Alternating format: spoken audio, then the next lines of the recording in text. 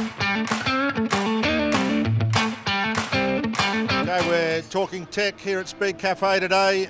We have the SuperCheap Auto Mustang TA2 Trans Am car in front of us here, and we'll start with the nose of the car. The biggest difference you see on the nose of the car here compared to what we are used to with the supercar, it's basically a decal formula, we call that. So there's no DNA of the car in there. There's no headlights, there's no original grille.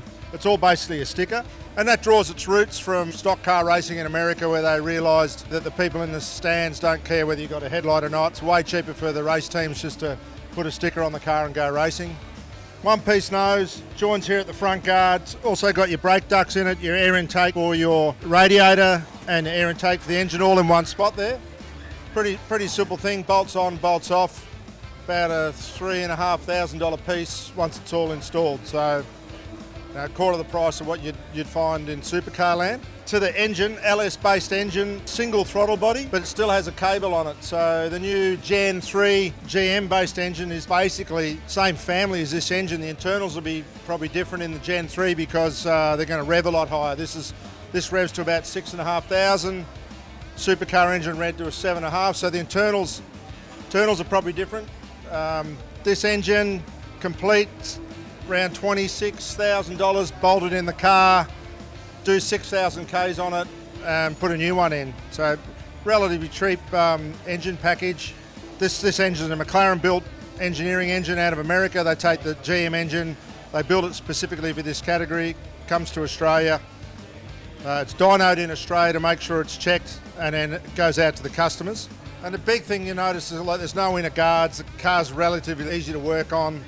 Not a lot of expensive parts in there. Right down in here you can see the steering rack. It's on the front, so it's basically front steer, which means it hooks up to the front of the upright, not to the rear. Again, just making stuff real simple and economical to run. Might just sneak back there and have a look in the cockpit. So a half door here. Notice the seat is a fair way over. Big gap there between the side of the car and the driver, and these big intrusion bar doors here. So pretty safe if you get a whack in the left-hand side of the car. Left-hand drive, obviously. 4-speed dog box. Pretty simple. New Zealand-made race tech seat. Same safety standards you'd see in a high-end touring car. So safety standards are there. The car's relatively inexpensive to purchase and inexpensive to run.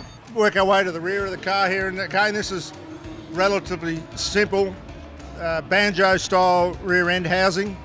Again, a control part, 3-link, top link and 2 bottom arms. Also adjustable roll center position in the middle there, so quite tunable. Control parts, easy to work on, simple to install. Stuff that someone with some basic good mechanical knowledge can go racing with this car and run it. So you don't need a team of engineers, just need a couple of sensible people around you and you can run this car. The fuel tank's in the back here.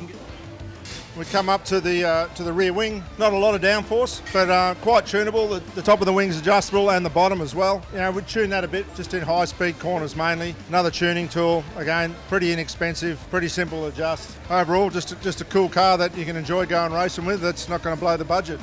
Thanks for talking tech.